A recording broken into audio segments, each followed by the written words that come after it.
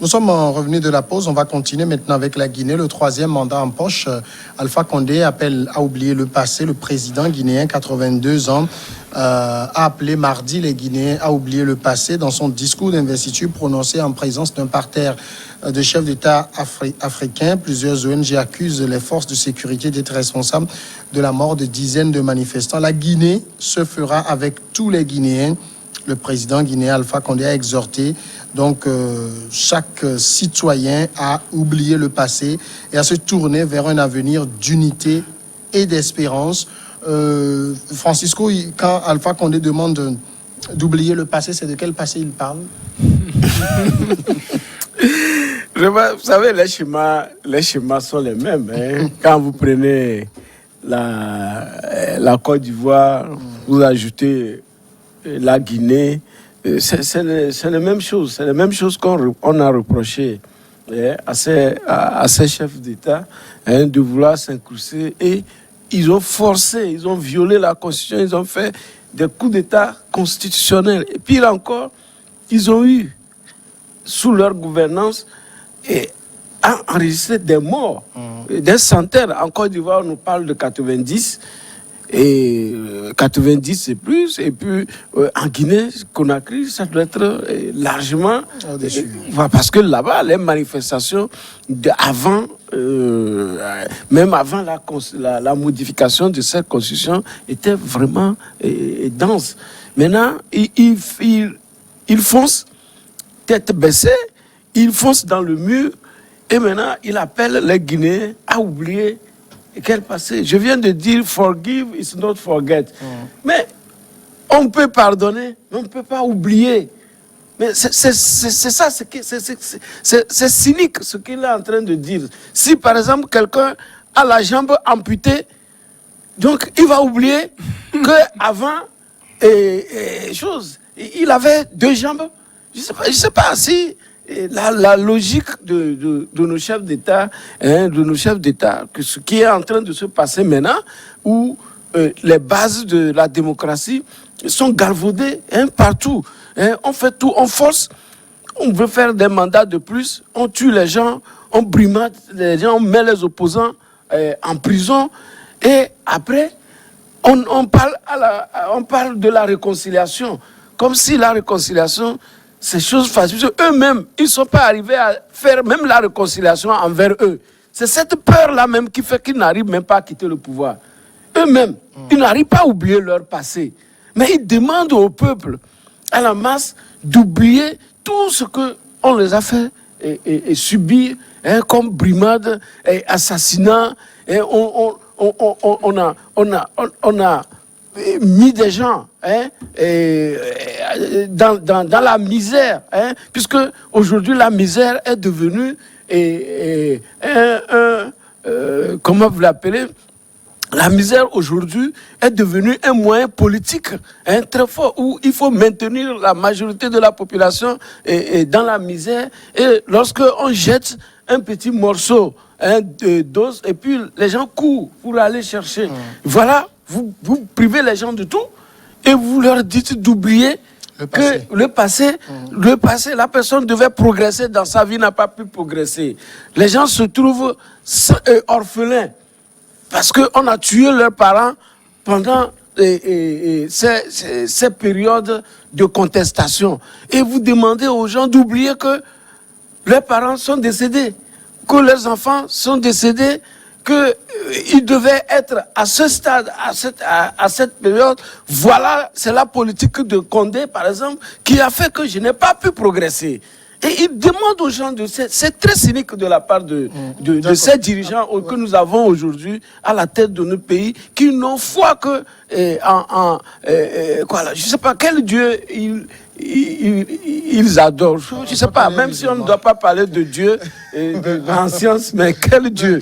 Firmin, il a dit exactement, j'exhorte chacun d'entre vous à oublier le passé qui divise au profit d'un avenir d'unité et d'espérance. C'est comme si Alpha Condé, en entrant dans ce troisième mandat, être illuminé tout d'un coup? Est-ce que c'est la question à se poser? Est-ce qu'avant il n'était pas illuminé? Donc ça veut dire il est en train d'entrer dans pardon. Il commence un troisième mandat avec un peuple divisé. Qui l'a divisé? C'est pas lui. C'est lui-même qui a divisé le peuple. Qu'est-ce qu'il a fait? C'est parce qu'il a eu à commettre des erreurs qu'il a réussi à diviser le peuple guinéen aujourd'hui. Et moi, oui, mais c'est ce qu'il demande d'oublier, hein, de se tourner vers un avenir d'unité et d'espérance. Non, avant l'espérance. Lui qui n'a pas eu l'espérance pour lui-même. Les Guinéens avaient perdu tout espoir. Aujourd'hui, les Guinéens ont perdu tout espoir. Les Guinéens étaient divisés. Aujourd'hui, les Guinéens ont perdu tout espoir. Ils sont divisés. Maintenant, on les appelle à l'unité. On les appelle à l'espérance, d'espérer. Moi, je pense que ça relève du pur cynisme. 82 ans, vous sortez d'une élection contestée et aujourd'hui, vous appelez les gens à l'unité. Mais je pense que c'est du cynisme. Mais dans son discours, on devait lire peut-être de façon peut-être douce et voilée un esprit mea culpa. On dit, nous regrettons tous ce que nous venons de subir, nous venons de connaître. Nous présentons nos excuses aux familles éplorées, mais nous nous engageons peut-être à faire mieux à l'avenir. Dire aux Guinéens, peut-être, vous proposer des mesures de garantie de non-répétition, que ce que nous avons connu de par le passé, nous n'allons plus les commettre. Nous n'allons plus les connaître, je vous le promets. Il n'y en aura plus. Le sang ne va plus jamais couler dans ce pays. Il n'a pas dit ça. Il appelle les gens. Vous emprisonnez des gens, vous tuez des gens, vous tuez des parents, vous tuez des enfants et vous les appelez à l'unité. Mais c'est la même chose. C'est la réconciliation qu'il est en train de prôner. Moi, je pense que c'est un faux problème. On n'a pas besoin de ce discours-là. Aujourd'hui, il est confortablement assis, mais les Guinéens sont en train de souffrir. Il faut qu'ils pensent véritablement à réconcilier les Guinéens. Il faut qu'ils pensent véritablement à faire développer le pays. Parce que s'ils continuent avec ce discours, les gens ne vont pas le suivre. Qu'est-ce que... bon, peut-être que Firmin a répondu en partie, mais selon vous, qu'est-ce que Alpha Condé aurait pu dire d'autre? On ne va pas non plus tout le temps ressasser le passé. Non, mais ce que Firmin a dit, c'est ce qu'il devait. C'est ce qu'il devait dire, un mea culpa. Mais l'orgueil, oui, l'orgueil de nos dirigeants ne leur permet pas de faire ça. Mais c'est des gens qui sont prêts à écraser les populations pour juste leur fauteuil. C'est leur fauteuil doit être garanti, quel que soit celui qui va mourir ou celui qui va fuir le pays. C'est tant pis. C'est leur orgueil. S'il le dit, demain, quand il y aura un début de justice où il faut poursuivre, parce que il ne sera pas, bien sûr, il est vieux jeune, 82 ans, ou bien, il se peut que le pouvoir le lâche, qui savait que Ibeka allait tomber comme ça et que c'est possible qu'il réponde devant la justice de son pays. Donc, ils ont peur. S'il fait de cette déclaration, on risque de prendre ça comme une pièce à conviction qu'il reconnaît, avoir laissé assassiner des Guinéens. Donc, il va se cacher, il ne fera jamais de mea culpa. Tout ce qu'il devrait faire, il ne le fera jamais. Et il va continuer dans la médisance, dans le négationnisme qu'il demande aux gens d'oublier le passé. Et c'est ce qu'il va continuer et jusqu'à ce que peut-être le sort le lâche un jour ou que il finisse son mandat et qu'il pense encore aller à un 4e mandat. C'est possible. S'il a pu tout faire pour en arriver là, parce que partout on dit que c'est le premier mandat de la nouvelle constitution. Ah oui, donc c'est ça qui va l'amener encore prochainement à dire, il va passer un 4e mandat et là aussi il va avoir des morts, mais il restera tant que la force et les militaires ne décident pas un jour de le déposer et qu'on le retrouve, le lendemain, on va dire qu'il est malade, il faut lui permettre d'aller se soigner. C'est ce qu'on nous raconte souvent.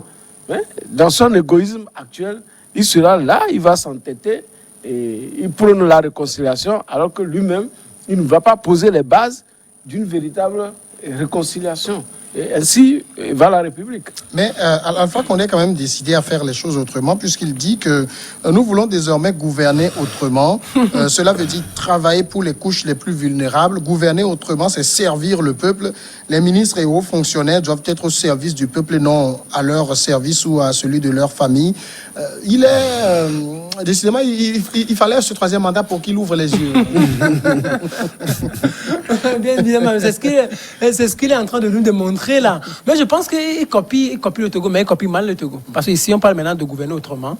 Ici, on pense maintenant beaucoup plus aux couches les plus vulnérables. Vous imaginez, ici, on demande comme mettre fin à la corruption. Il a dit aussi, que nous nous engageons à lutter avec fermeté contre la corruption, le copinage et le clientélisme. Voilà, tout ça. Donc, ça se copie. Ça se copie, hein. C'est un syndicat de chefs d'État. Ils sont à la même école. Moi, je vous ai dit, si Faure Gnassingbé ne peut pas être là, gagner brillamment la présidentielle du 22 février, et Ouattara va partir. Jamais. Et moi, je vous ai dit, Faure Gnassingbé ne peut pas être au pouvoir, gagner brillamment le 22 février 2020, et Nana-Akufo-Addo va partir. Jamais. Faure Gnassingbé ne peut pas être au pouvoir, et Kaboré va partir.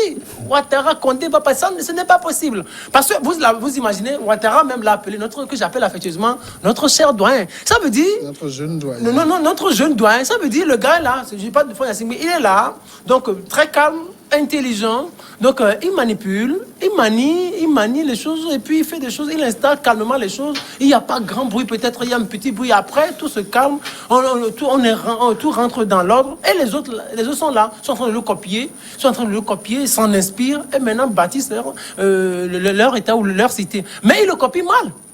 De tout ce qu'ils font là, le pays, le Togo a dépassé ça. Vous imaginez, vous parlez tout à l'heure de faiblesse. Et on dit qu'il pouvait facilement demander pardon. On parlait de mea culpa. Mais ici, dans ce pays, Faure Gnassingbé doit demander pardon. Hein, pour ceux-là qui l'ont oublié. Faure Gnassingbé doit demander pardon au peuple togolais. Pour ce que mon père a fait. Tout ce que mon père a fait, peut-être qu'il n'a pas plu. Je demande pardon. Et il a eu le courage de demander pardon. Autre chose, je ne sais pas si vous vous rappelez le discours... le discours d'avril 2012, quand Monseigneur Bariga, président de la commission Vérité, Justice et Réconciliation, lui présentait son rapport. Si vous lisez ce discours, c'est un discours de mea culpa. Il a promis, c'est là où il a parlé des 4 piliers de la justice transitionnelle. Le droit à la vérité, le droit à la justice, le droit à la réparation, les garanties de non-répétition. Vous imaginez, il a dit ça ne se répétera plus jamais. Quelques années plus tôt, il avait dit plus jamais le sang ne coulera dans ce pays. Et donc, dans ce discours, quand vous lisez un peu, où on parlait de la justice transitionnelle et de tout ce qui devrait suivre sur les travaux de la CVJR, vous sentez une certaine humilité. Mais ici, ceux-là, ces patrons-là, le vieux de 82 ans, l'autre vieux de 78 ans, ne veulent pas bien s'en inspirer. Ils veulent être leur comportement. Je dis, leur comportement, c'est beaucoup plus, avec beaucoup de brutalité. Non, ça ne peut plus passer aujourd'hui. Ce qu'ils sont en train de faire, s'ils ne font pas attention, ils vont tomber. Ici, on sait comment manipuler les choses. Ici, on sait comment manier. Ici, on sait comment gérer. Eux, ils ne savent pas. Ils ne savent pas encore. Et ils font face à une jeunesse beaucoup plus violente. Ici, on peut calmer la situation. Mais moi, j'ai beaucoup plus peur pour eux, pour leur fauteuil. Ici, on peut gérer parce que c'est un système qu'on a construit. Eux, ils viennent à peine de démarrer. Ça va être difficile de pouvoir poursuivre dans cette dynamique. De toute façon, Alpha Condé est dans ce troisième mandat. On n'y peut rien. Ses homologues sont allés lui donner leur bénédiction. Finalement, les Guinéens feront avec 6 ans. C'est pas loin. Vous savez, Firmin est dans le rôle de Machiavel. Vous savez, quand vous dites que vous avez parlé du copier-coller, moi je dis que c'est un syndicat de chefs. Il a dit, tout le monde est en train de copier. Le Togo a été toujours cette chambre d'essai où on essaie tout. Même l'Europe est avec. On essaie tout et on laisse faire. J'avais dit ici la dernière fois comment l'échiquier va être après les élections. Et que avec le Togo, ils ont la Côte d'Ivoire, la Guinée, le Burkina est maintenu. Le Ghana va être va être maintenu parce que entre ces pays-là, le Ghana sert de médiateur, mais que les gens pensent qu'il est un bon médiateur, mais il le fait dans son intérêt. La preuve, aujourd'hui, au Ghana, les élections sont contestées, les gens continuent de mourir. Et pour la première fois, c'est-à-dire qu'on a tué encore de nouveaux ronlistes qui étaient venus pour mettre en ordre. Vous allez voir que la démocratie ghanéenne que nous étions en train d'apprécier est en train de partir. C'est vous qui l'appréciez. Moi, donc, je vous disais que vous vous trompiez ici.